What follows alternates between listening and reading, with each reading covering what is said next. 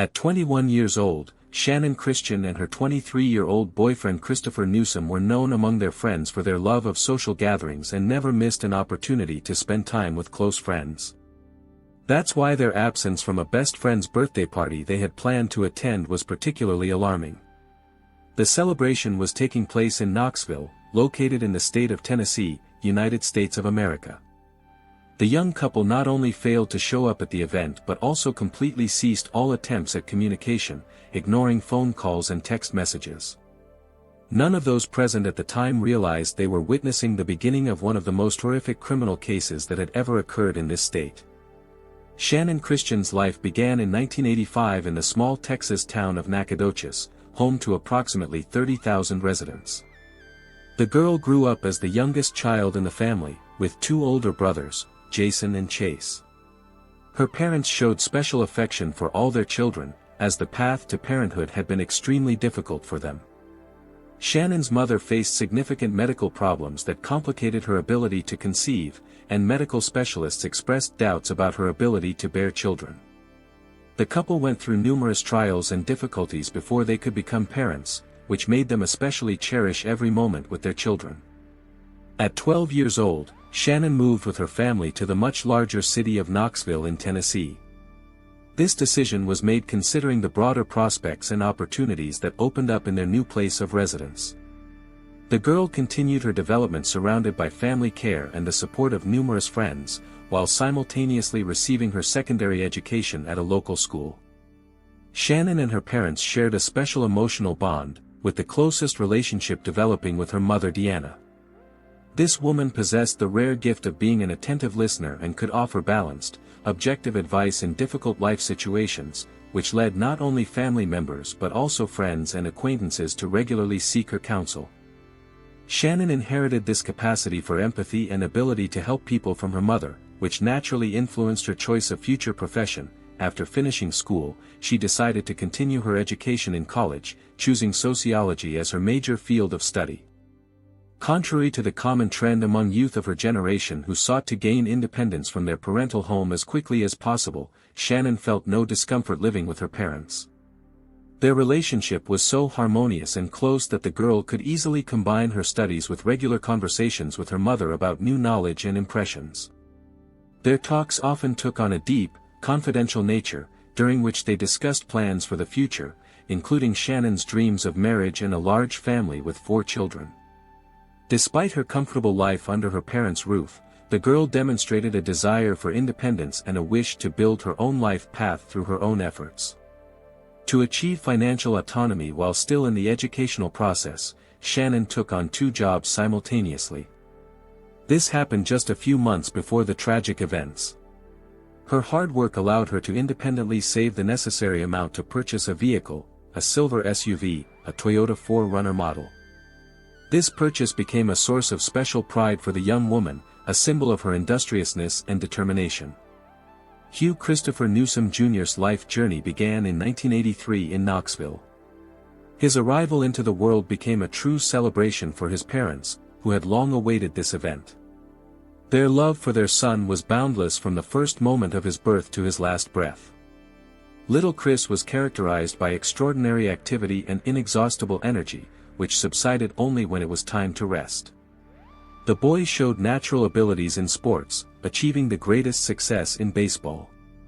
Besides his sporting interests, he demonstrated a talent for working with his hands, which eventually grew into a serious passion for woodworking. Chris took pleasure in making various items for his family members. Upon reaching his teenage years, the young man became interested in 2-wheeled vehicles and harbored plans to become a professional mechanic. However, his interests later returned to carpentry, which he decided to master at a professional level. Even as an adult, Christopher maintained his love for an active lifestyle. He continued playing baseball, enjoyed golf and tennis, and used every opportunity to go fishing.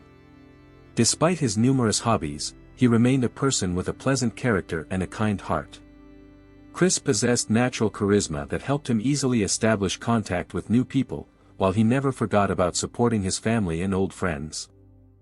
Fate brought Shannon and Christopher together in 2006, when she turned 21 and he was 23. Their meeting occurred thanks to friends of Chris's parents, who had turned to Deanna, Shannon's mother, for advice in a difficult life situation. It was through these mutual acquaintances that the young people accidentally met, but this accident grew into something much greater. They immediately found common ground and began devoting all their available free time to each other. The couple regularly arranged romantic meetings outdoors, with their favorite shared activity being golf. During walks between golf holes, they could spend hours having engaging conversations on the most diverse topics. All members of both families, as well as their circle of friends, were convinced of the brilliant prospects of this relationship. Most believed that the young people would soon start a family, and all signs pointed to exactly such a development of events. None of their loved ones could even imagine that someone would want to take the lives of these young people in the most brutal and merciless way. On the evening of January 6, 2007, 23-year-old Christopher and 21-year-old Shannon planned a dinner together. After the romantic dinner, they intended to attend their mutual friend's birthday celebration. During the day, Shannon visited her girlfriend, where she prepared for the evening date. Other friends were meanwhile preparing for the birthday party.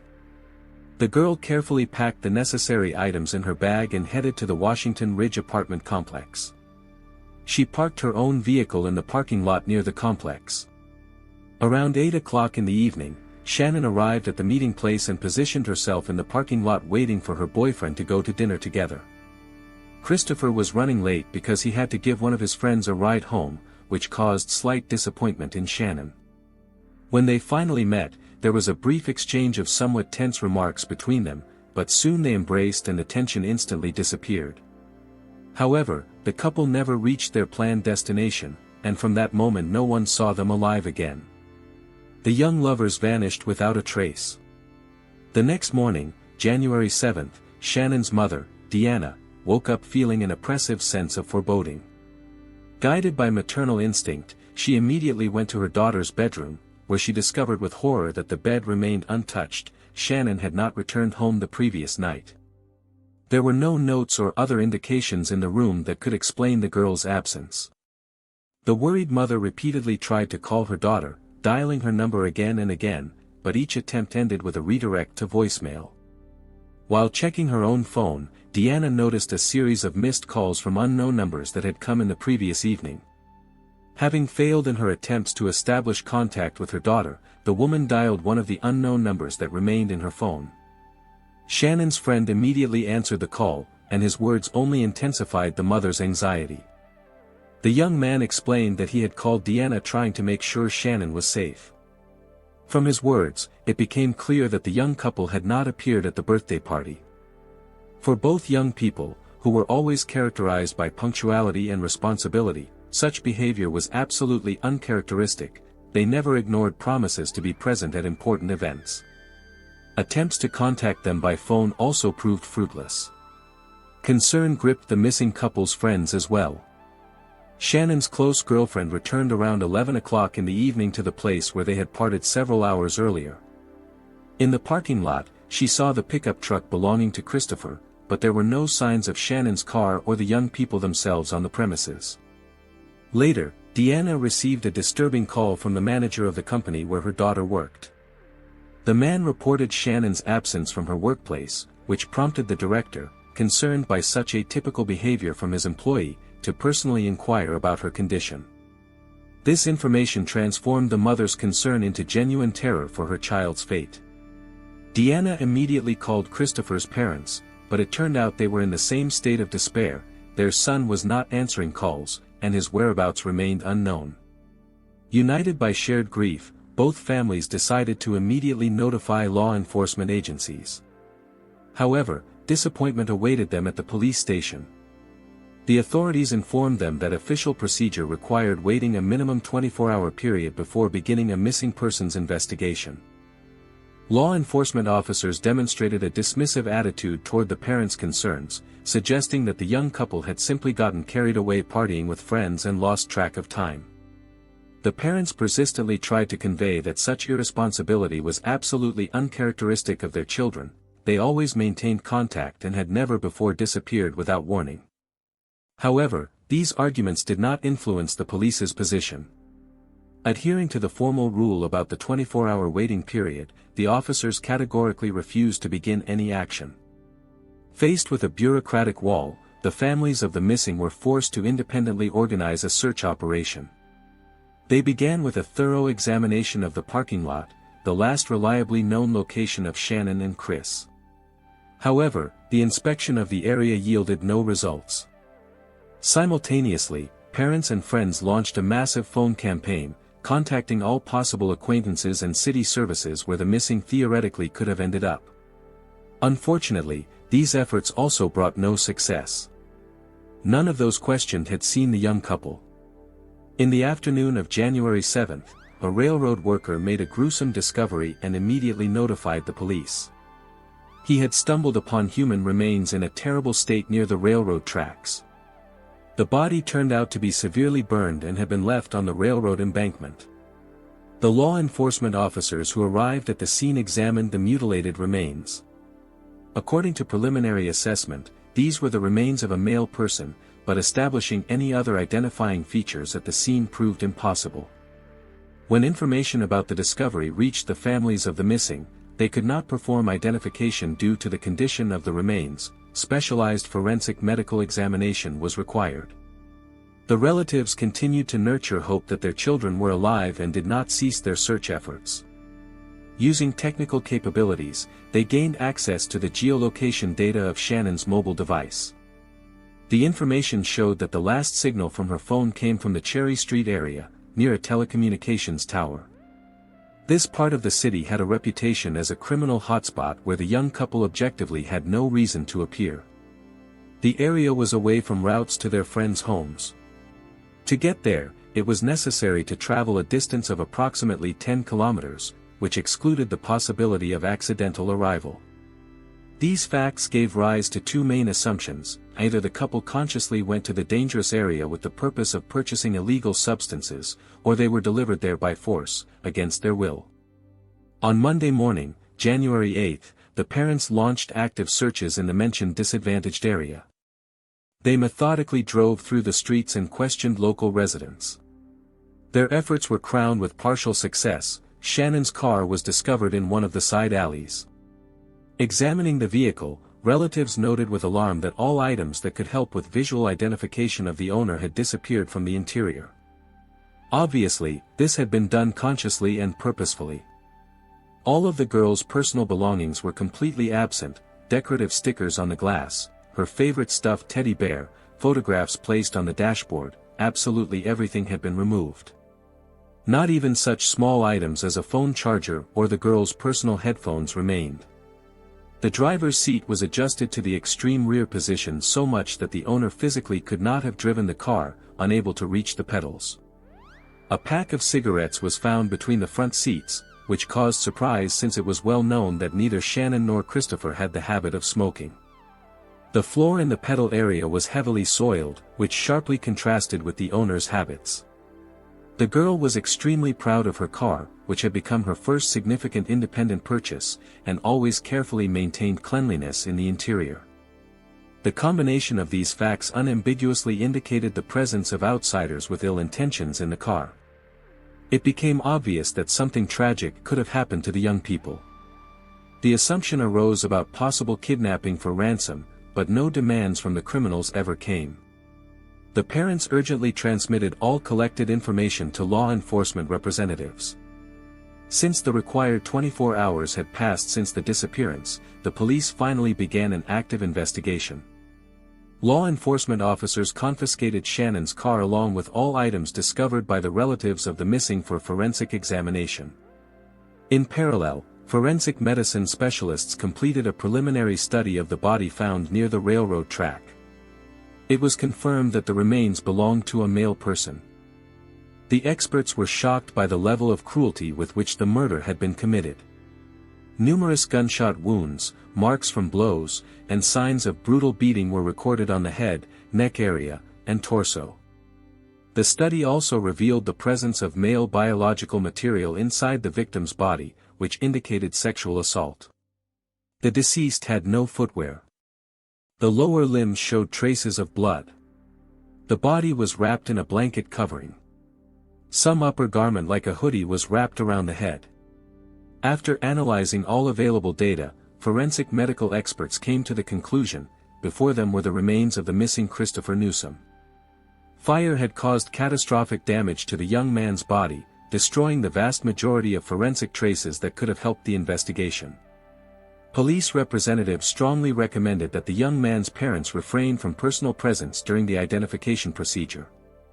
The only thing relatives were allowed to see from the moment of discovery was a black plastic bag that remained sealed in their presence due to the extremely traumatic nature of the contents. Despite this tragic news, Shannon's parents continued to hope for their daughter's rescue, while expressing outrage at the police's passivity during the first critical 24 hours. There was a possibility that law enforcement's indifference could have cost the life of the second victim, whose fate still remained unknown. Having received new information, police intensified the search for Shannon, engaging all available resources.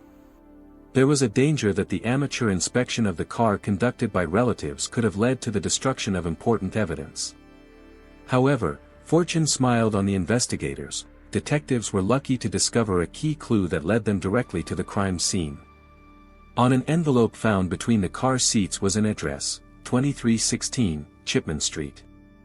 Obviously, the criminals had carelessly lost this envelope while using the stolen car. The indicated address corresponded to a location situated 10 kilometers from the point of last reliable sighting of the couple. At the same time, the house was located only 2 blocks from the alley where Shannon's car was abandoned. Law enforcement officers immediately began forensic examination of the envelope, aiming to detect fingerprints. Their efforts were crowned with success. Clear fingerprints were found on the paper surface. After entering the obtained data into the police database, the system produced a match. The prints belonged to a person named Lamarcus Davidson, who had recently been released after serving a 5-year sentence for a crime related to unlawful possession of a vehicle under aggravating circumstances. Considering his criminal past and the evidence found, the man instantly became the main person of interest in the investigation of Christopher's murder and Shannon's disappearance. At night on January 9, a police unit arrived at the suspect's residence. Davidson lived in an old rented dwelling located in the city's industrial zone, where residential buildings were scarce. Officers knocked loudly on the door but received no response. Considering reasonable suspicions that Shannon might be inside the premises alive and held there by force, law enforcement made the decision to forcibly enter the dwelling. Moving through the rooms, police officers sequentially discovered personal belongings of the missing young people. Among the findings were Shannon's personal headphones, Christopher's shoes, and his favorite baseball cap. This evidence confirmed the correctness of the chosen direction of investigation. But the most terrible discovery awaited officers ahead. In the kitchen area they came upon a large trash container.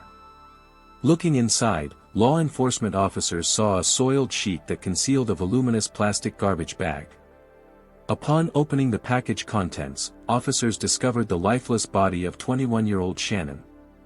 Investigation representatives immediately notified the parents about the tragic fate of their daughter. She would never again cross the threshold of her family home.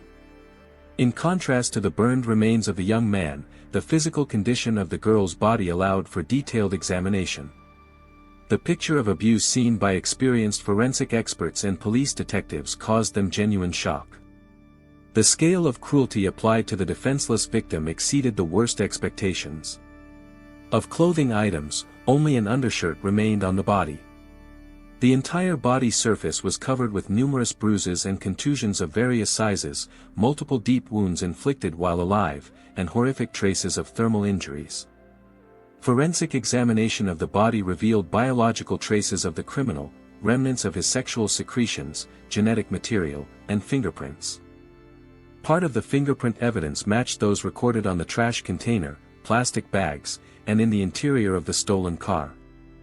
All of them belonged to the same Lamarcus Davidson. Additionally, in the premises that had turned into a place of torture, investigators discovered a large number of shell casings. Ballistic examination confirmed that they came from the same firearm used to kill the deceased girl's boyfriend. However, the merciless criminal himself was not found in the house. The dwelling was empty. Evidently, the suspect had anticipated the possibility of a police visit and disappeared in advance. Law enforcement immediately declared him wanted at the state level. A large-scale operation began to search for and apprehend the dangerous criminal. However, investigators did not yet realize that Davidson was not the only participant in these horrific tortures. Other individuals had also witnessed the final hours of the young couple's lives. Detailed analysis of Lamaricus's phone contacts revealed numerous calls to a person named Eric Boyd during the days when the crime occurred. Police quickly established his identity and whereabouts. The very next day, a patrol unit stopped a car driven by Boyd. Officers directly asked about Davidson's whereabouts. Eric Boyd initially showed slight resistance, trying to avoid a direct answer to law enforcement's questions. But under psychological pressure, he quickly gave in and revealed information about his associate. The man emphasized that he had no intention of answering for crimes committed by others and informed officers that the main suspect was hiding in a building that the criminals had robbed on the same day the young couple was kidnapped.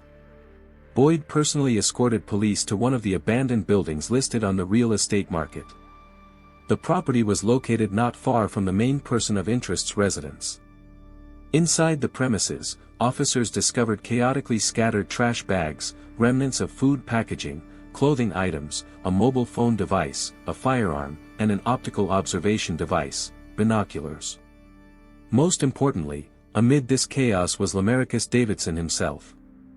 Police immediately arrested the suspect and transported him to the station for investigative procedures.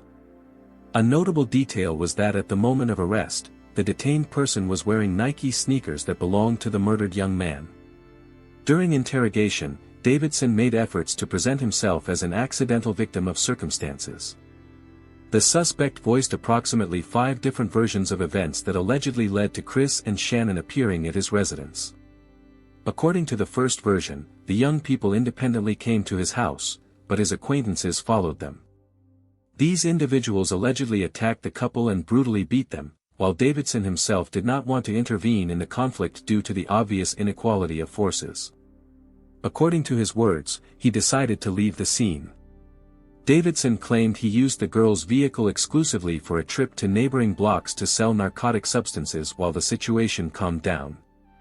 After finishing his business, he allegedly left the car in a side alley. According to the suspect's words, when he returned to his dwelling, the girl supposedly was still there in a bound state and begging for release. However, he claimed he did not interfere in the situation. Lamaricus categorically denied his participation in the young man's murder and also firmly denied the fact of intimate contact with Shannon, despite the fact that examination later confirmed the presence of his biological material on the victim's body. In his testimony, Davidson named 2 young men who allegedly carried out the attack on the deceased, George Thomas and Latalvis Cobbins. Thomas was a close associate of the main suspect, and Cobbins was his half-brother. Both were arrested on January 11 on suspicion of complicity in murder. But the circle of those involved in the brutal massacre turned out to be wider. At that point, the list of suspects already included the previously mentioned Eric Boyd, the very one who had shown police Lamaricus's hideout. Later, Davidson reported the participation in the torture of another person, their acquaintance Vanessa Coleman. At the time of the criminal acts, the girl had barely turned 18 years old, while the ages of the male accomplices ranged from 24 to 35 years. The combined testimony of all those detained allowed reconstruction of the horrifying picture of Shannon and Chris's final hours of existence. Each of the detained added their own fragments to the overall picture of terrible details that gradually unfolded before investigators.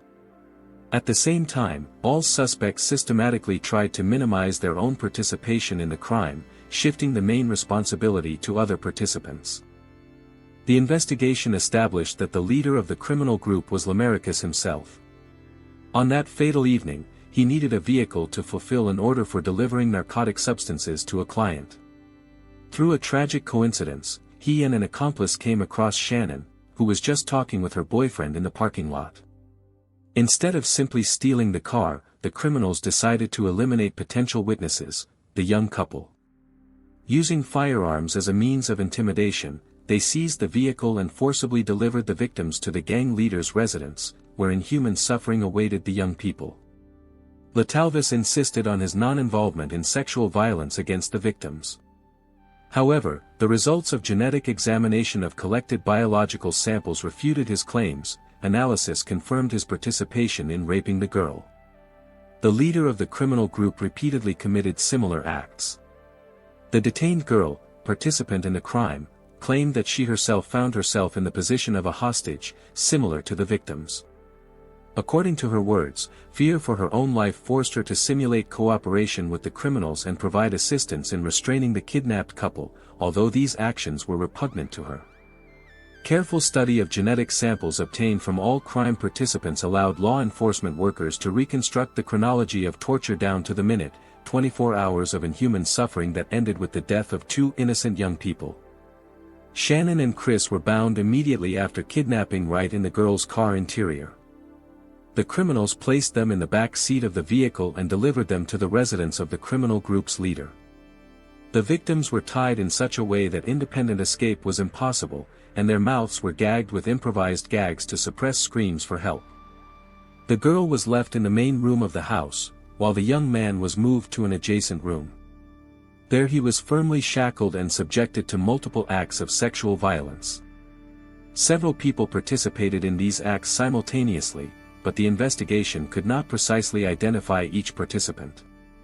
With the onset of morning, the young man was led out of the premises using a chain like a dog leash, after which he was placed in the car's trunk compartment. The victim was transported to the railroad track, where he was forced to walk barefoot on sharp stones of the railroad embankment. The young man walked approximately 20 meters forward.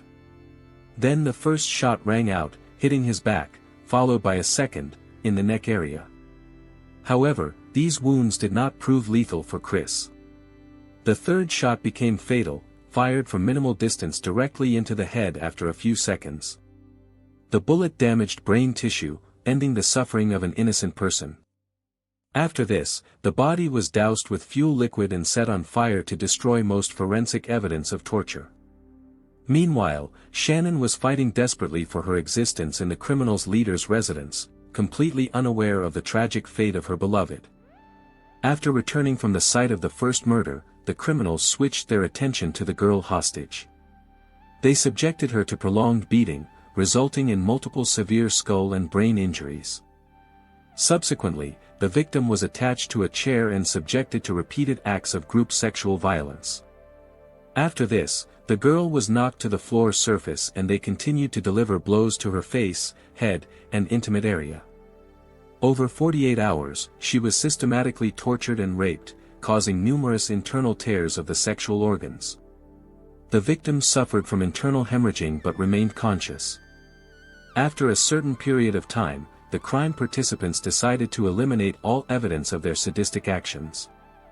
For this purpose, they used household bleach. All 5 participants poured the chemical substance on the girl's body while she was still alive, trying to erase fingerprints and genetic material. The criminals poured the aggressive chemical substance directly onto the victim's open wounds, but this proved insufficient for them. They began pouring bleach directly into Shannon's oral cavity, trying to destroy evidence from inside the organism. In parallel with this, the monsters tried to mechanically scrape off the upper layers of skin covering. Despite all these inhuman tortures, the girl remained conscious and continued to plead for rescue and preservation of life. However, her pleas met with complete emotional deafness from the torturers. The next stage was placing a plastic garbage bag over the victim's head. The bound girl in a living state was placed inside garbage bags and stuffed into a kitchen waste container. In this enclosed space, her slow agony occurred. Forensic medicine specialists could not establish the exact duration of Shannon's pre-death suffering. However, they unequivocally stated the extraordinary level of brutality of the torture methods applied. The nature of the sadistic actions and inflicted bodily injuries went beyond standard forensic categories of cruel sexual violence and murder. Even for police veterans and forensic experts with many years of experience, this was excessive. The victim had a completely torn lip and fracture of the cervical vertebrae, which probably occurred during the beatings. Leaving the girl to die from suffocation in the garbage container, the criminals left the premises. After completing the bloody massacre, Lamarcus transferred some of Shannon's personal items to his acquaintance Vanessa, the very one who was an accomplice in the torture. Law enforcement discovered these items during a search of her residence. Investigative agencies expressed serious doubts about Vanessa Coleman's claim about her status as a victim of circumstances. She had the opportunity to contact police immediately after leaving the gang leader's house but did not take advantage of this opportunity. Additionally, during the search of her dwelling, a personal diary was found where she described in detail and with emotional uplift all acts of violence against the couple, characterizing them as an exciting summer adventure. Analysis of the stylistics and emotional coloring of the entries unambiguously indicated her voluntary and active participation in the torture. Lamarcus Davidson and George Thomas were charged on 16 counts, including murder with special cruelty, multiple instances of sexual violence, robbery, unlawful deprivation of liberty, and murder under aggravating circumstances. Vanessa was charged with 12 counts of accusations, including participation in murder, complicity in sexual violence, robbery, kidnapping, and theft. She played an active role in the abuse of both victims. Eric Boyd was charged with 20 counts of sexual violence under aggravating circumstances, kidnapping, and theft. The fifth member of the criminal group, Latalvis Cobbins, was charged with 20 counts under similar articles as the rest of the participants in the bloody gang. However, the suffering of the deceased's families did not end at this stage. The trial stretched for almost 24 months, during which the legal status of the case and various procedural matters were subject to numerous revisions. During court hearings, the gang leader presented a new fantastic version of events. According to his words, the deceased couple allegedly voluntarily visited his residence to participate in group intimate entertainment. Supposedly everything initially occurred by mutual consent, but then his associates arrived who crossed boundaries and began brutally beating the young people. Naturally, this absurd version found no credibility. Despite the persistent efforts of defense attorneys, they failed to achieve acquittal for their clients. The jury panel delivered a guilty verdict on the overwhelming majority of charges brought.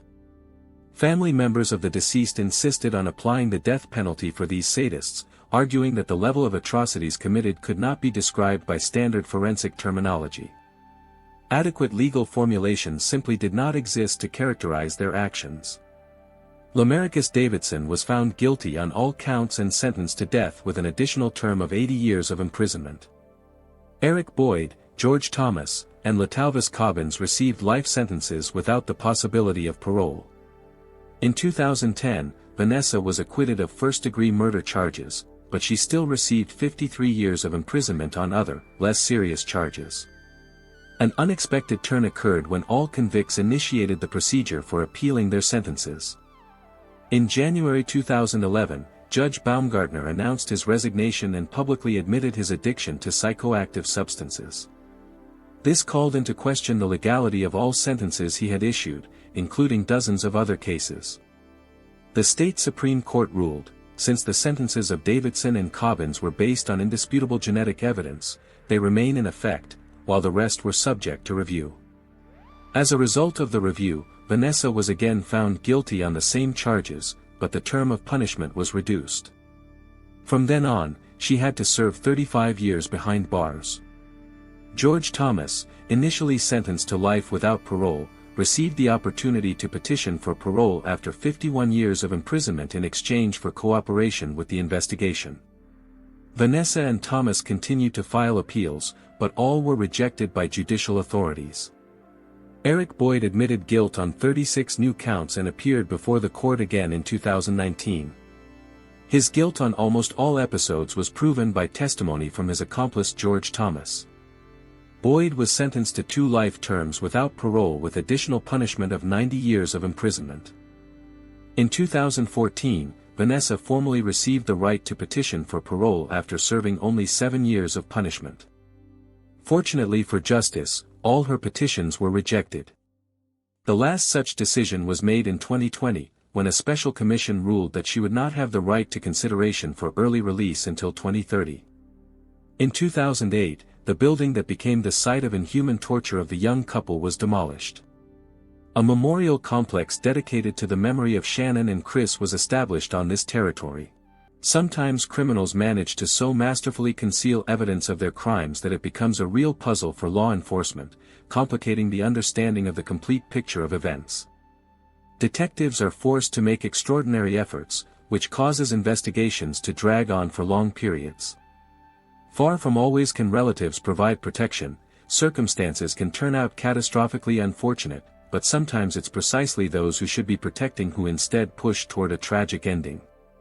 In this material, we will tell the story of how one random incident caused one of the most horrific episodes in the criminal chronicle of the Latin American region.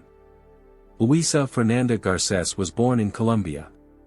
Her mother was Diana, her father was Giovanni. The family lived in the Villa Maria neighborhood in the department of Caldas, Colombia. Luisa had a younger brother, Juan Esteban, who was 2 years younger than his sister. The children maintained close relationships from an early age, got along wonderfully with each other, and always helped one another. The children's father, Giovanni, was almost constantly busy with work, laboring in warehouse facilities. The man tried in every way to keep the family afloat, regularly working night shifts and returning home only in the morning. On such days, he would rest until evening, after which he would head back to work. The work was extremely exhausting, but Giovanni always found opportunities to pay attention to his loved ones. Diana, Luisa's mother, was unemployed most of the time, engaged in household management and raising the children. Grandparents played a significant role in the family's functioning, especially relatives from the father's side. Everyone lived near each other, so the children regularly visited them and often stayed overnight. Everyone who was closely acquainted with Luisa characterized her as a compassionate, intelligent, and energetic child. At school, she demonstrated diligence and responsibility, achieving excellent results in all academic subjects. The student understood that education would be the key to future prosperity and would allow her to live in more comfortable conditions than her parents. Additionally, Luisa was noted for her sociability, finding herself a reliable circle of close friends with whom she studied and spent her free time. The children understood each other well and always maintained close contact, but in January 2014, disturbing changes began. Numerous people noticed that the girl suddenly began to distance herself from her usual environment. Previously active and sociable, Luisa transformed into an irritable and even hostile person. It seemed she was constantly looking for reasons to argue. Many explained this as manifestations of adolescence. The girl increasingly conflicted with her peers and questioned the authority of teachers. Because of Luisa, who had never created problems before, numerous difficulties began in her class. The situation escalated to such a degree that in July 2014, the school administration approached the teenager's family with a demand to remove her from school, as she significantly interfered with other students and negatively affected them. The former exemplary student began falling behind in most academic subjects and fundamentally changed. The family tried to have conversations with her and find out the reasons, but the girl was secretive and emotionally unavailable. She categorically refused communication and didn't want to explain the reasons for the radical change in her behavior. Luisa's father worried the most. The man repeatedly tried to organize private conversations with his daughter and understand the essence of the problem. He deeply worried, remembering his gentle and kind daughter, who had now become so harsh that she stopped smiling altogether. Unfortunately, even Giovanni, with whom the girl had particularly close relationships, couldn't achieve success. She persistently refused to tell anything. The man had no choice but to agree with the idea that this was how adolescence and hormonal changes manifested in his daughter. By August 2014, he and Diana had already been divorced for 8 months. The main reason for the breakdown of family relationships was the woman's problems with alcohol. Additionally, he suspected that his wife was cheating on him. The man could no longer tolerate Diana's behavior, who systematically abused alcohol and demonstrated extreme irresponsibility, including toward the children. On these grounds, after the divorce, he took custody of Luisa and her younger brother Juan Esteban, raising them as a single father, while the mother moved to another city and enjoyed her new life. The situation wasn't improving, so Giovanni concluded that his daughter might be helped by a change of environment. He turned to his sister Maria, who lived with her mother in a neighboring city. The woman readily agreed to help her brother and take Luisa to stay with her for some time. Initially, she regularly called Giovanni and reported that everything was fine with Luisa and her behavior had somewhat improved. However, when the girl got used to the new environment, she again became more withdrawn and aggressive.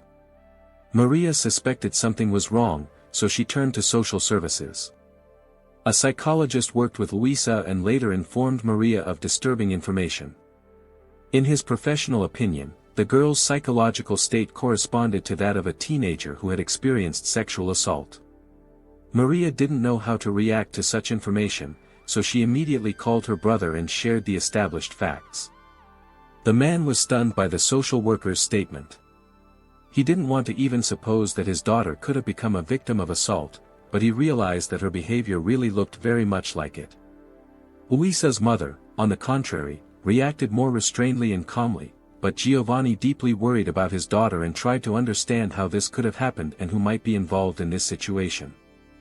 Now he sought to establish whether the social worker's assumption corresponded to reality. First, he had a detailed discussion of this situation with his sister and came to the decision that it was necessary to organize a direct conversation with his daughter and ask specific questions. Some time passed. On August 19, 2014, his daughter returned to her father. The man initiated a difficult conversation. Giovanni decided not to sidestep the issue and asked directly, had she really become a victim of sexual assault? The girl couldn't utter a single word and only burst into tears. The father realized that this indeed corresponded to reality. Finally, the child's resentment, suffering, and irritation broke out, and she revealed the whole truth to Giovanni. According to Luisa's account, at the end of January 2014, when her father once again went to his night work shift, her mother Diana was visited by her friend Janet. The women began drinking alcoholic beverages, and after some time, a man arrived at the house whom Luisa had never met before. He brought additional alcoholic drinks with him, acted as if he had long been acquainted with the whole company, was warmly welcomed, and now the three of them were drinking alcohol together. When the alcoholic drinks ran out, Diana and Janet simply fell asleep on the couches, having significantly overdone it with alcohol. Their male acquaintance energetically got up, he was much less intoxicated than the rest of the company, turned to Luisa and Juan Esteban, suggesting they take a walk to a food stand and taste some hot dogs. It turned out that it wasn't difficult to convince the two children. They readily set out with the stranger to the nearest fast food establishment located near the house. Both trusted him because they observed how casually and friendly their mother interacted with him. The entire trio ate hot dogs and then returned to the house. At that time, Diana and Janet were still sleeping on the couches. All this was happening late in the evening, so the children also felt tired. Returning from their walk, they immediately headed to their shared bedroom to rest. However, almost immediately, this unfamiliar man entered the room and offered Juan Esteban 50,000 Colombian pesos. By the standards of that period, this represented payment for a full day's work, so it proved to be an extremely tempting sum for the younger child. The man handed the money to the schoolboy and asked him to go sleep with his mother. Not suspecting the stranger's intentions, Juan Esteban took the money and left the room. The man ordered him not to return under any circumstances. Fortunately, the boy couldn't fall asleep, and within a few minutes, he heard his sister's voice. Her muffled crying came from the children's room. Juan Esteban returned to the room and observed the unfamiliar man, who was naked in bed with Luisa. Not understanding what was happening, the brother became confused, and this diverted the rapist's attention. The sister raised an alarm and drove him away. What's strange is that their mother slept so deeply that even after this, she didn't appear and didn't check what was happening with the children. After this incident, Luisa told her brother that he must not tell anyone about what had happened. The girl believed this could lead to serious problems. Both kept this terrible secret for several months. Juan Esteban was still very young and didn't properly understand what had actually occurred, while Luisa didn't share any details, keeping all the resentment inside herself. After this story, his daughter's behavior became clear to Giovanni. The man understood why his daughter had become so withdrawn and hostile during that particular period. Naturally, he felt rage over Diana's actions, who had allowed a barely known person to stay in the house with the children while he was at work. Giovanni accused her of being the one who caused the girl's rape by getting drunk and falling asleep. The father was afraid to imagine what could have happened, what would have occurred if his son hadn't woken up and frightened the rapist.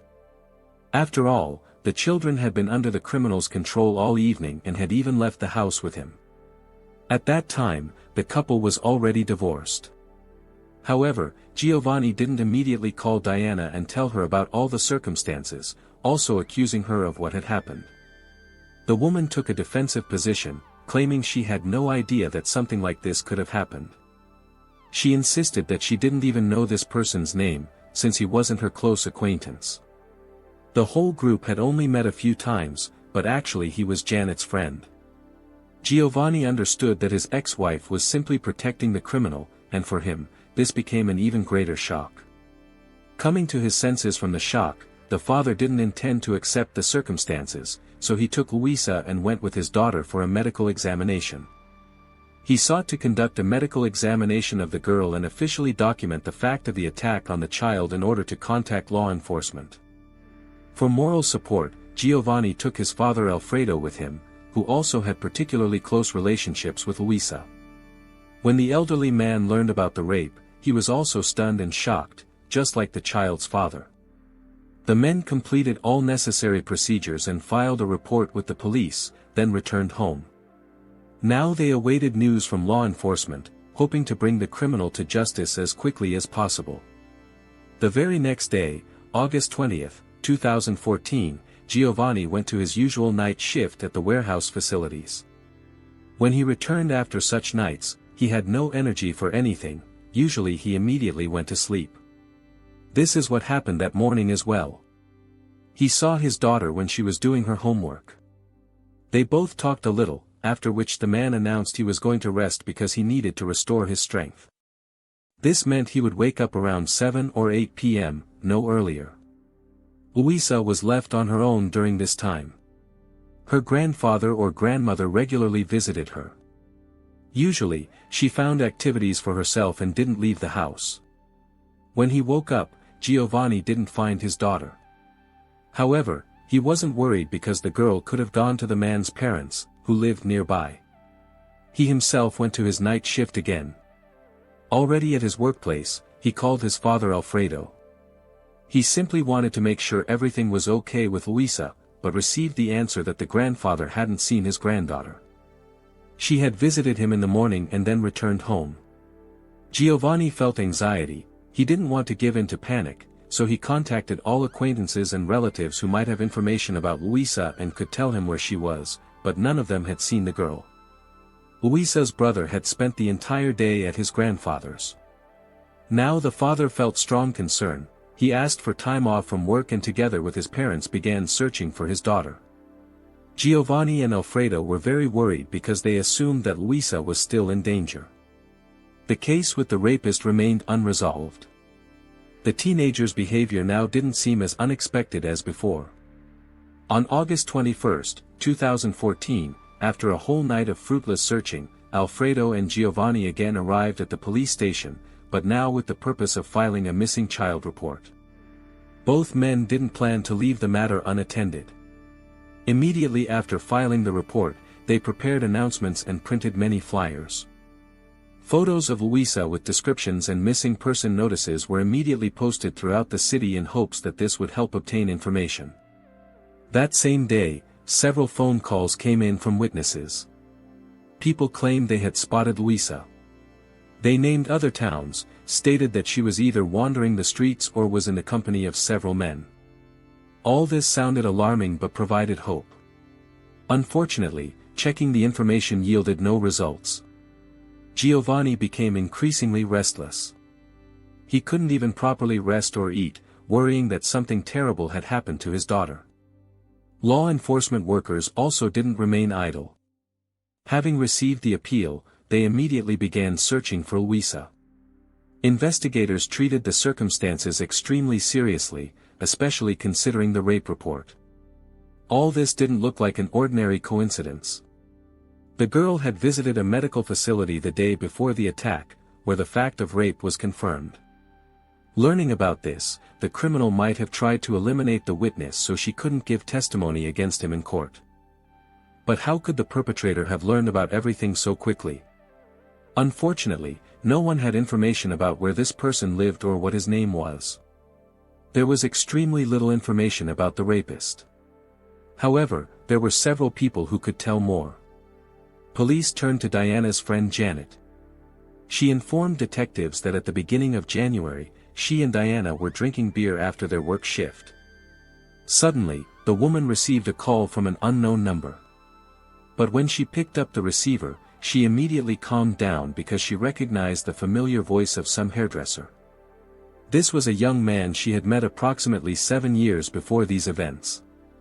Judging by the nature of the conversation, he wanted to meet and talk with Diana, was ready to bring alcohol with him, so the woman readily accepted his proposal. This revealed Diana's lie, who actually had known this man for a long time. He wasn't acquainted with Janet. Now police went to her. The woman admitted that this was her former partner, who had been released from prison at the beginning of January 2014. While he was behind bars, she had visited him several times, but later the couple ended their relationship. When Luisa's father learned all the details, he was furious and couldn't understand how she had allowed such a dangerous person near her children. But at that moment, he was primarily interested in where Luisa was. Diana continued to protect the probable criminal, was taciturn and told detectives that she didn't know his full name. Everyone who knew him called him Peluco. When investigators tried to learn more information from the woman, she became hostile and categorically refused to reveal details of her personal life and past. Even despite the fact that this could help in searching for her daughter, it seemed the woman was indifferent to the fate of the 13-year-old girl. Unfortunately for the police, neither Diana nor Janet could provide enough information to find this person. This became a real shock for Giovanni and Alfredo, who continued searching throughout this entire period. Luisa's grandfather even changed his appearance to look like a homeless person and visited criminal neighborhoods of the city to blend in with locals, hoping to obtain information there. However, the man never managed to find out anything. On August 26, 2014, a witness contacted the police station. He was a fisherman who that morning had found a human body on the shore of Jericho, Cauca.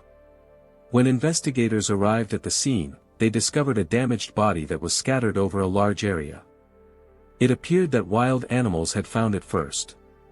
Initially, most of the remains couldn't be found. They found legs that were tied together with shoelaces. All of this was in a bag. Inside they found a strand of hair. The meager evidence was carefully collected and taken for identification. Missing person reports in this region that had come in recently were analyzed. The most matching description was Giovanni and Alfredo's appeal about the missing girl. The clothing on the body matched the appearance of the missing person. DNA samples were taken from Luisa's father for further comparison with the remains. 2 months later, in October, the conclusions were received. The human remains found on the shore of Jericho were identified as Luisa. By this time, more body parts had been found, and a detailed forensic examination was conducted, which determined that the schoolgirl died as a result of a powerful blow to the right side of her head. The girl's relatives wept when they received this news. Apparently, Alfredo reported that in all his long life, this was the most tragic event he had ever encountered. Both men sought justice, but the results of the conducted investigation were disappointing. On the girl's body, due to water exposure, no foreign DNA traces were found. No biological substances. It was even unclear whether she had been raped before death. No fingerprints or any other evidence for analysis were found on the bag, and the hair turned out to belong to the girl. No clues pointing to a suspect existed. Still, they couldn't even establish the full name of the man who had raped Luisa and was probably involved in her death. The 66-year-old grandfather of the murdered girl, Alfredo, decided to act in his own way. He placed a half-lowered black and white flag on the facade of his home. According to his explanations, the white color meant his granddaughter's purity, and black meant mourning. Alfredo declared that he wouldn't remove the flag until those guilty of her death were arrested. But the man didn't stop his actions there. In the upper section of the home's facade, he placed a cross with purple edges that reflected his suffering. The side sections of the cross were decorated with green garlands, and the center with red. The former meant hope that law enforcement would find the guilty parties. The latter embodied the blood spilled by his granddaughter. However, when an official conclusion was made that a teenager's murder had occurred, they returned to the investigation with new determination. Detectives continued interrogating one after another of the victim's family acquaintances. Unexpected information came from one of the girl's friends, a classmate named Luis Fernando. The student reported that he had observed his friend on the day she disappeared. Luis knew that Giovanni had returned from his night shift and was resting when he came to visit his daughter. At a certain moment, she said she needed to find her uncle. Luis stated he would help his friend accomplish this. They went out together to search and stopped near a hot dog stand. By description, this was the same place where the rapist had brought her and her brother in January.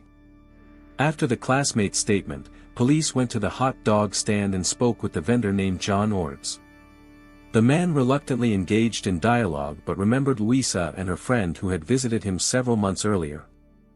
Later, it became clear why the vendor didn't want to cooperate with the investigation. John himself had served time for a minor crime. However, they managed to convince the new witness. He remembered the teenagers well because the girl was trying to get her uncle's phone number from him. She described to him one of the men who had come with 2 children to the stand late in the evening in January.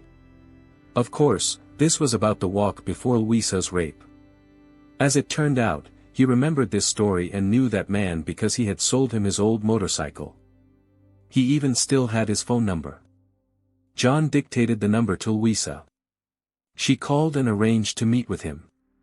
According to the classmate, all this happened around 8:30 p.m. So he was happy for his friend that she had found her uncle, and he went home because he didn't want to get in trouble with his parents. According to John, after this, Luisa remained near the stand alone. She was waiting for her uncle. After some time, he arrived on a motorcycle. The girl ran up to him and talked with him about something. After this, she got on the motorcycle.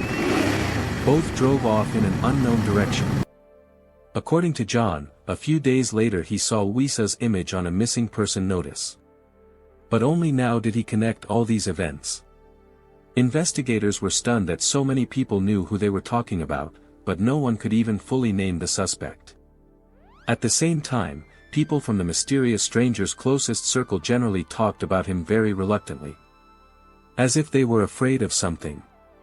After the classmates and hot dog vendors' stories, even more questions arose. Why was Luisa so actively searching for this man? Why did she call him uncle and interact with him?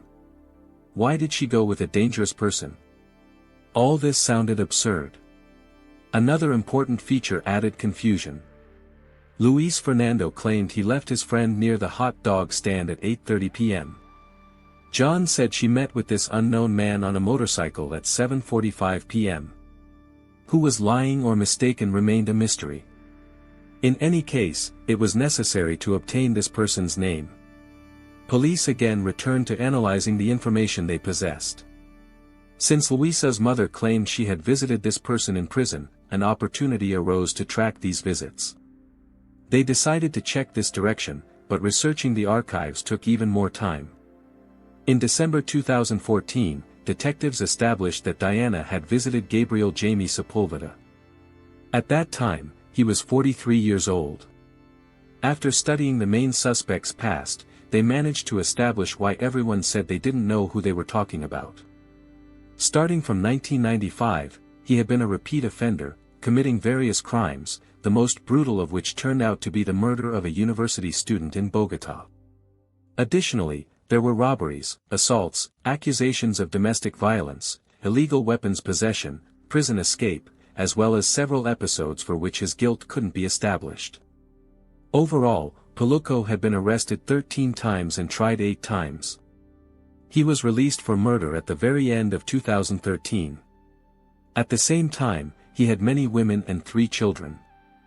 All this didn't match the witnesses' words, but they suspected that they were not only intimidated, but Gabriel himself provided false information about himself. When this person's photograph was shown to the murdered girl's brother, 11-year-old Juan Esteban, the boy immediately recognized him. Checking the phone number they got from the hot dog vendor, they also managed to establish a connection to Gabriel. John saw his photo and also recognized him. All this confirmed that he was Luisa's rapist and the last person to see her alive. But was he the child's killer? There was no direct evidence against the suspect. Investigators began analyzing his phone records. They tracked geolocation and established that the mobile phone was detected exactly in the place where they found the girl's body. On August 21, around 5:30 p.m., probably the day after her disappearance, he tried to dispose of the body there.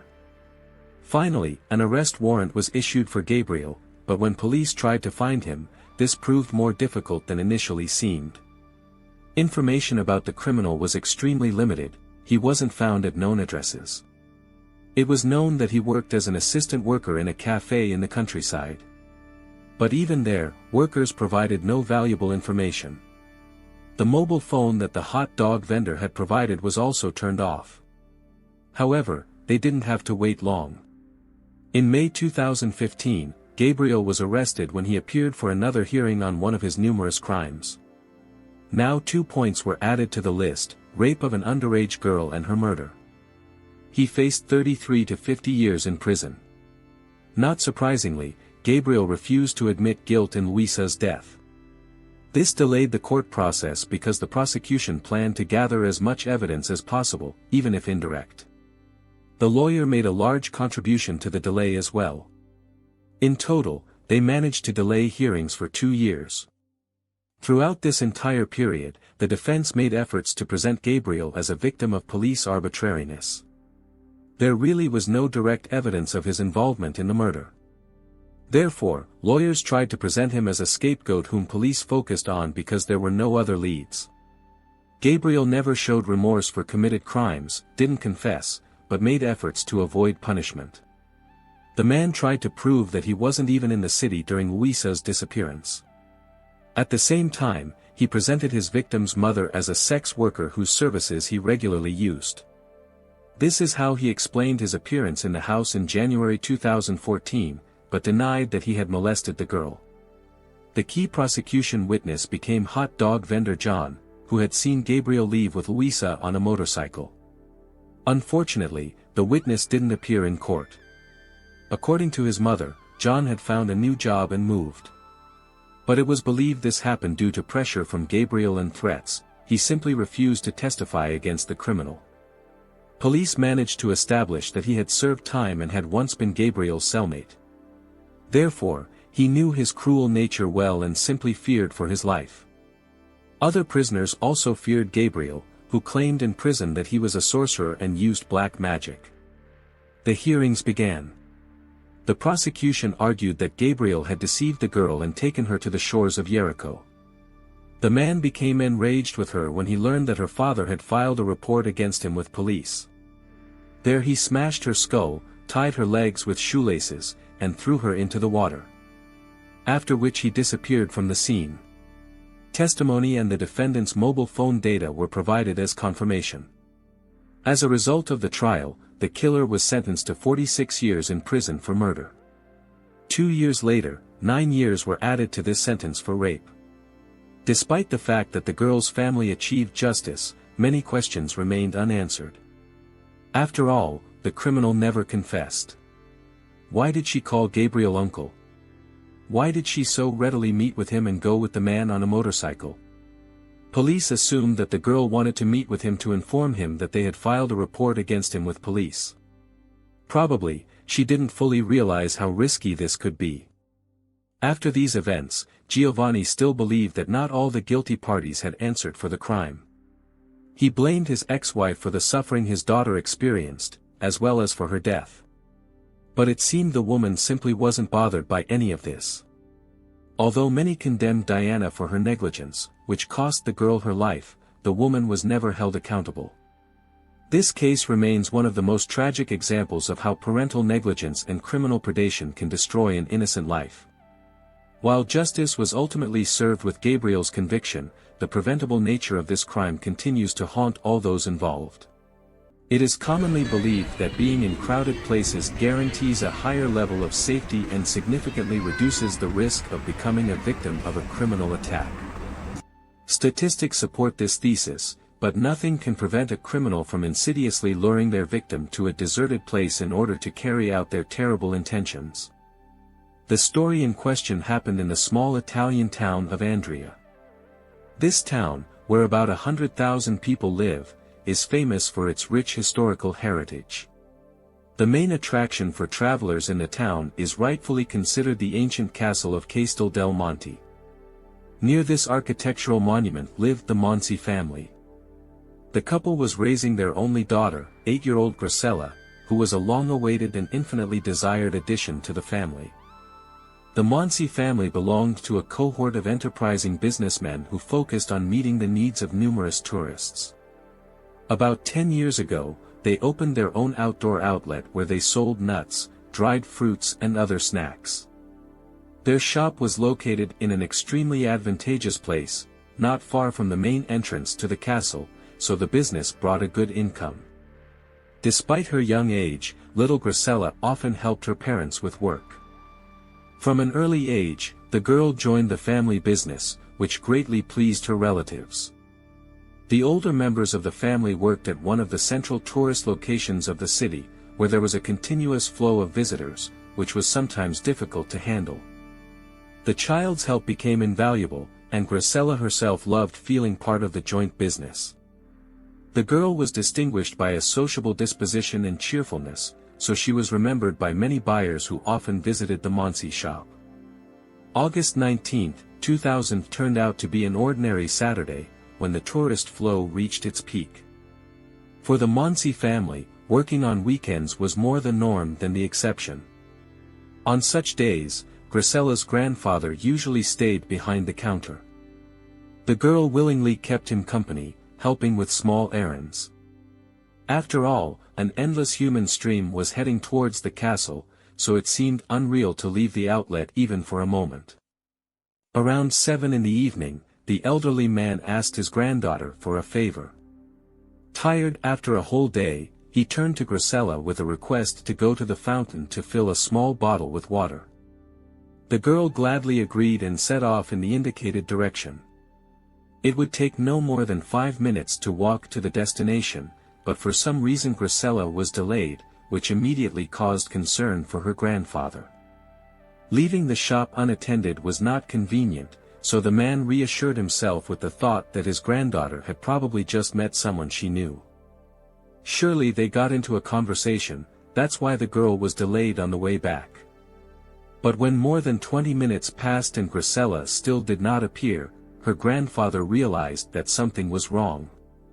He decided to personally visit the ill-fated fountain and find out what could have delayed the usually so responsible girl. To his great surprise, neither on the way to the fountain, nor near the fountain itself, Signor Monsi did not notice a trace of his granddaughter. The man even walked around all the surrounding streets, but still could not find the child. This seemed extremely suspicious. Grandfather returned to the outlet, hoping that Gracella was already waiting for him there, because she could have reached it by an alternative route. But the girl was not there either. Half an hour after the disappearance of his granddaughter, he informed the girl's parents, his son and daughter-in-law, about the incident. The man began to call all of Gracella's friends and acquaintances whose phones were known to him. The girl's parents did the same, but soon it became clear that none of their mutual acquaintances had seen the schoolgirl. As a result, in less than an hour, the entire Monsi family gathered on the square near their shop. Several of Gracella's friends also joined the search. Adults and teenagers split into groups and began combing the surrounding streets. The agitation of passers-by attracted the attention of some tourists. Several concerned volunteers joined the search operation. The girl's relatives prudently took her photo from home to show the image to passers-by. Some of them did indeed confirm that during the day they had seen a child similar to the missing one. However, no one could give a clear answer as to where she was heading and what could have happened to her. This quiet and peaceful place had always been considered completely safe. Here practically nothing criminal ever happened. Therefore, the assumption that someone could encroach on the life or health of a girl in broad daylight in such a crowded place seemed almost absurd. After several hours of fruitless searches, the Monsey family decided to turn to the local police station. Relatives officially declared the child missing. The servants of the law treated the case with all seriousness.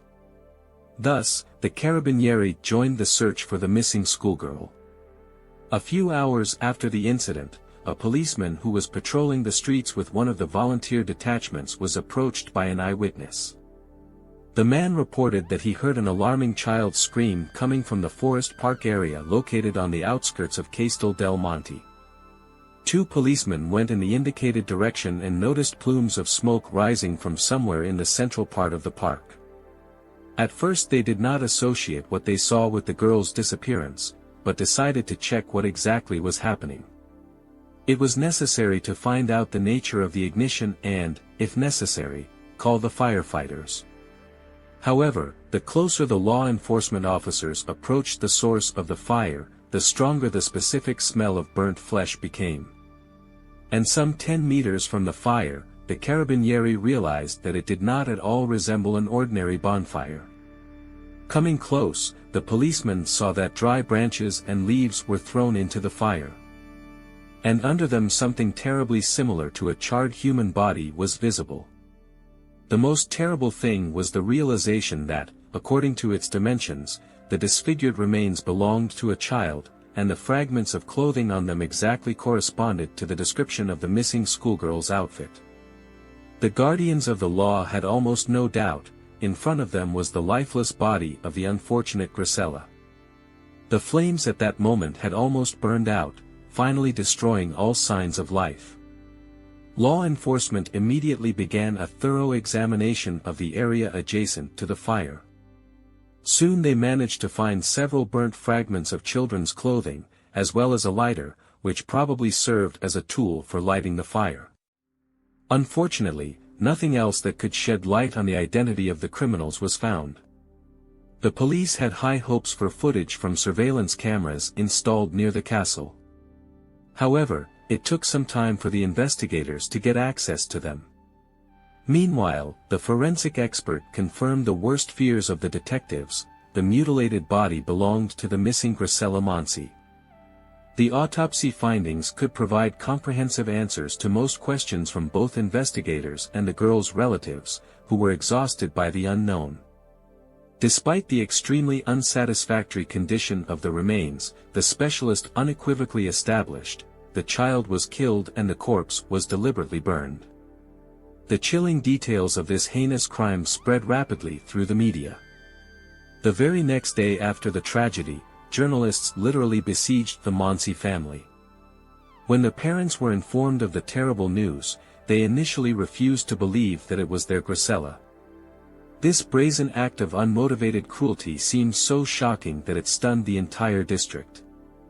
The media incessantly replicated the chilling details of the murder committed in the shadow of the castle, famous throughout Italy. The public was seriously frightened by the incident. The number of tourists willing to visit Andria noticeably decreased against the backdrop of gloomy headlines in the press.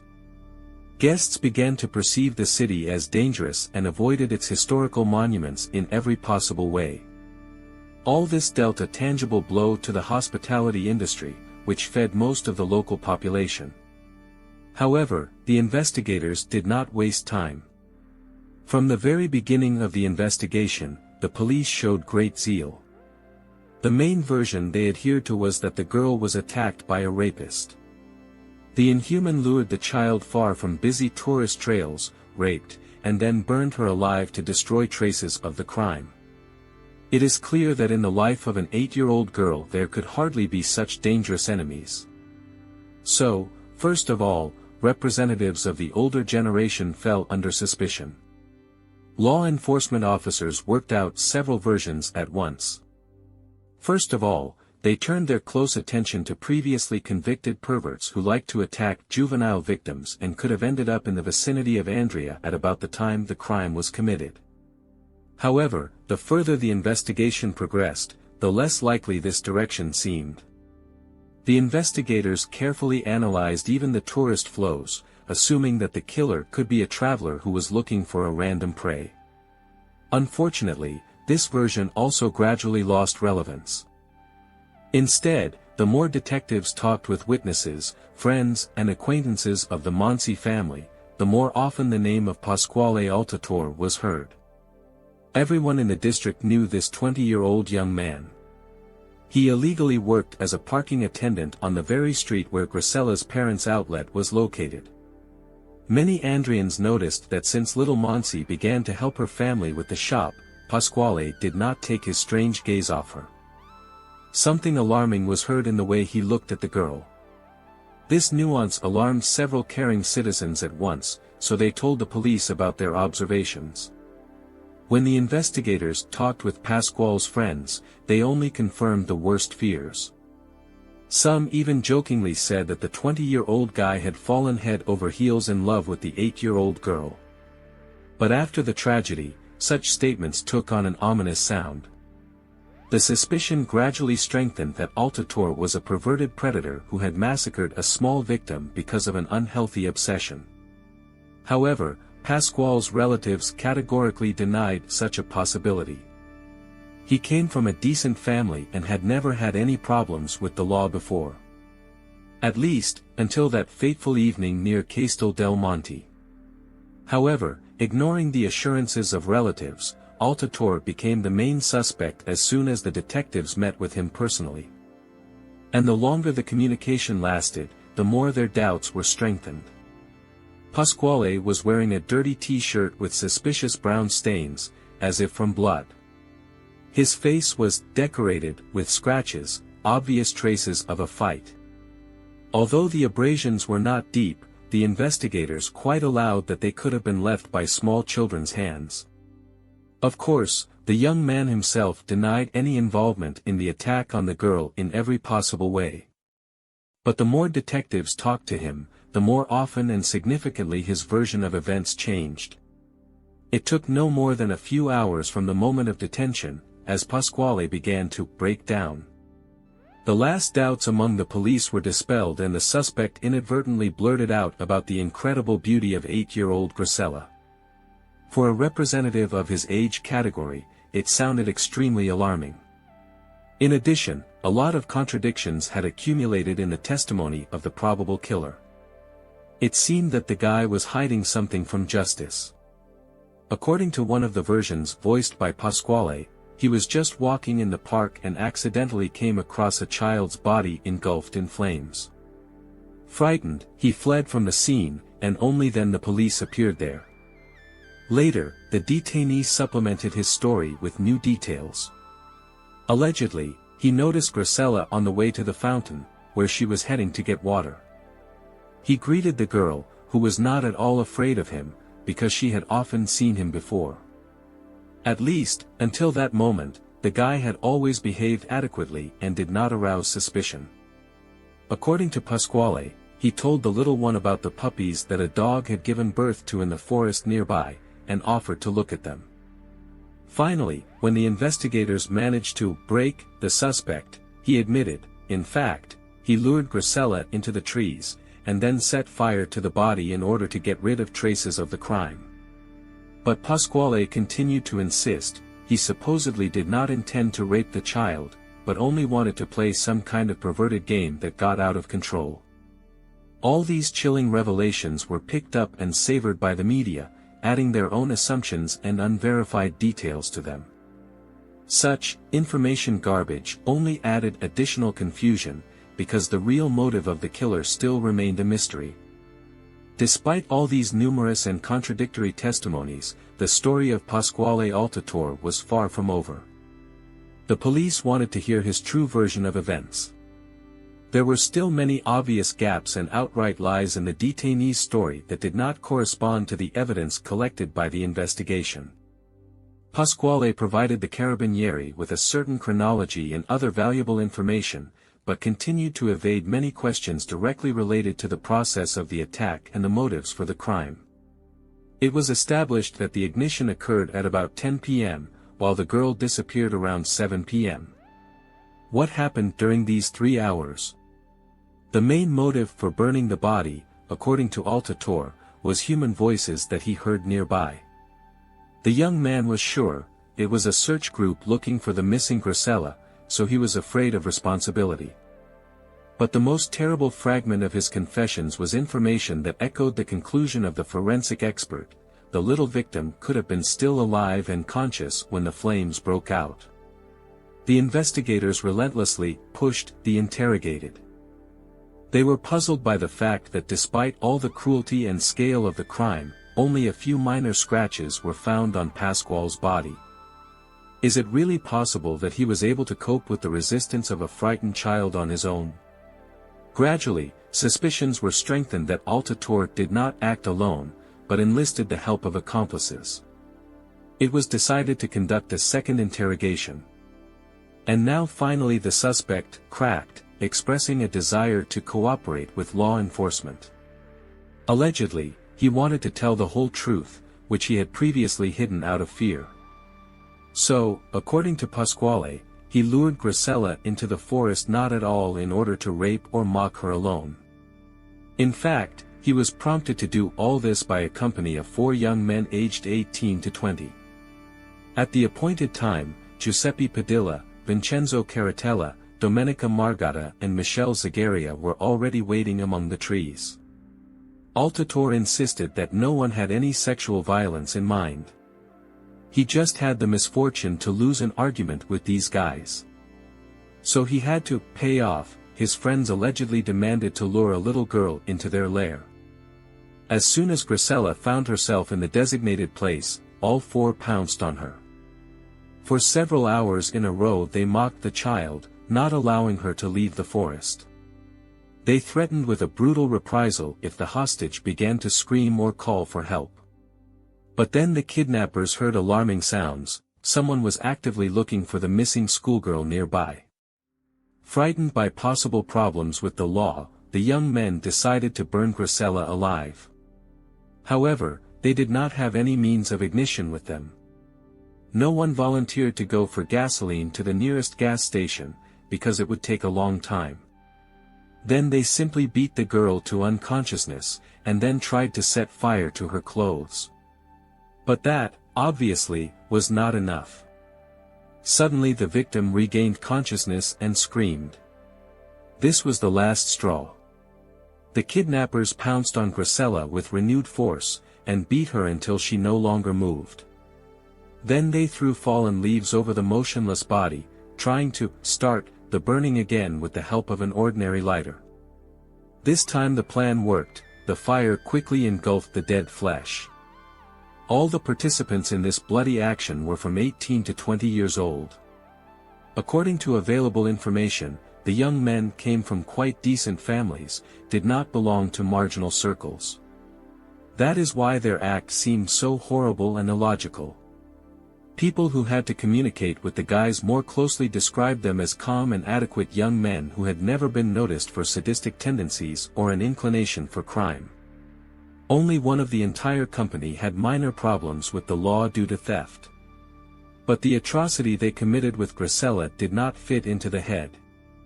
As soon as Pasquale gave out his accomplices, the Carabinieri arrested all 4 without unnecessary fuss. The news of the detention shocked Italy. It was savored in all the media. From the very beginning, the young men categorically denied any involvement in the death of the child. They say they have no idea why they came to the attention of law enforcement. However, the investigators were determined. They were going to continue the interrogations until they found out all the circumstances of that tragic evening in the forest. Unlike Altatore, the other suspects had a clean, unscratched appearance, and no traces of a struggle were found on their clothes. Searches of dwellings also did not provide incriminating materials. The interrogated unanimously asserted, they say that Pasquale Tartori had lost his mind for a long time due to an unhealthy obsession with little Monsi. And they themselves are not involved in anything. Despite exhausting hours-long conversations with investigators, none of the guys blurted out an extra word. Eventually, due to lack of evidence, they had to be released. But the police did not stop watching every step of those involved in the case. The strangest thing was that literally a few days before Altatore's sensational confession, these four young men were carrying the coffin at Grisella's funeral. And, according to eyewitnesses, they were crying as if they were really experiencing an irreparable loss. Later, after the arrest, the detainees explained their behavior by a painful shock from the news of the girl's death, whom they allegedly knew. They say that although they did not communicate closely with her, they often saw her in the Monsi shop. The police were wary that all four appeared at the memorial service. Investigators assumed, the guys did not just come to the cemetery. Despite the lack of close contacts with the victim's family, they seemed to be tormented by guilt and sought to atone for it. Or maybe the young men were trying to find out at what stage the investigation was. Did anyone suspect their involvement in the murder? Recall that the tragic farewell ceremony attracted the attention of not only townspeople, but also numerous tourists. So the four tearful young men simply got lost in the crowd and did not attract undue attention. When the participants were called in for questioning again, law enforcement officers spoke with each one individually. Vincenzo and Giuseppe insisted on their alibi. Allegedly, on the day of Grisella's disappearance, around 7 p.m., they were in the city computer club. But Michelle and Domenica immediately refused to give testimony. They did not want to answer any questions and demanded lawyers. Of course, such behavior only intensified the suspicions of the cops. However, for now they could only check the testimony of the two interrogated about the alibi. The detectives went to the mentioned gaming establishment. The employees confirmed, the friends really visited here, but left somewhere in an hour. This time interval was by no means enough to completely secure themselves from accusations. In other words, Vincenzo and Giuseppe could still join the massacre. Absolutely unexpectedly, Michelle and Domenica still confessed to committing the crime. In general, their testimonies coincided with the story told by Pasquale Tartori. As these two claimed, their comrades invited them to the forest in the evening allegedly in order to play with fire. Arriving at the place, the newcomers saw that the rest of the company had already gathered in full force. Luring the victim into the trap was assigned to Pasquale. He, of course, chose Grisella, who, according to the observations of many of the guy's friends, aroused unhealthy feelings in him and could become easy prey. The other participants in the orgy hid among the trees, waiting for the arrival of the girl accompanied by the adoptive father. Tartori also confirmed that he intercepted Monsi near the city fountain, where she was just typing water. Then he offered her to look at the puppies that had just been born nearby in the forest. The naive 8-year-old child did not even suspect that this walk would turn into a brutal beating and burning alive for her. Interested in the offer, the schoolgirl agreed to go with Pasquale. He had no difficulty luring the child into the trap. Grisella loved animals very much, so the prospect of seeing newborn puppies aroused great enthusiasm in her. In addition, the girl trusted the familiar young man and did not expect such treachery from him at all. The section of the forest where the kidnapper and his prey were heading was located very close. It took them about 15 to 20 minutes to get to the right place. And meanwhile, Grisella's grandfather should have already started an active search for his granddaughter, worried about her long absence. When Pasquale and the captive reached the agreed point, the other executioners jumped out of their shelters. Seeing them, Grisella experienced real horror. Probably, at that moment the girl realized that she had fallen into a trap. But it was too late, the frail child could not oppose anything to the crowd of sadists. The young men were in a state of mild alcohol intoxication and continued to take swigs from the bottle. For some reason, they were terribly amused and cheered by the fact that Gracella was so scared. According to the testimony of the suspects, no one was going to rape the schoolgirl. The guys just wanted to have fun by bullying an absolutely defenseless girl. The victim was so frightened that she actually fell into a stupor. At some point, someone from the company, without calculating the force, pushed Gracella. She fell, hit her head on a stone and lost consciousness. As the executioners themselves later said, at first they did not plan to burn the captive. The sadists were going to just tie her to a tree to frighten her even more. But when the girl fainted from the blow, it was as if it brought the torturers back to reality. Having decided that the child was dead, the guys panicked. And at this time, human voices reached their ears. Frightened that an active search for the missing schoolgirl had begun, the young men, perhaps due to a mind clouded by alcohol, came up with the idea of destroying all traces of the massacre with the help of fire. The words of the suspects were partially confirmed in the materials of the investigation. In particular, forensic experts still could not find irrefutable evidence of sexual violence. The victim's body had underwear on. Although the genitals had some damage, it probably indicated an attempted rape rather than a completed act. On the other hand, the condition of Gracella's remains was so unsatisfactory that the investigators did not dare to completely reject the version of forced sex. Perhaps the girl was not only tortured, but also dishonored. However, it no longer seemed possible to prove this for sure. The body was so badly burned that, according to the calculations of the Carabinieri, the lion's share of the evidence could have been irretrievably destroyed by the flames. The gang of inhuman people actually counted on this. In the light of this, the version about a sadistic game seemed like outright nonsense. The investigation tried with all its might to prove, in fact, the child was savagely mocked, and the chilling bodily injuries eloquently testified to this.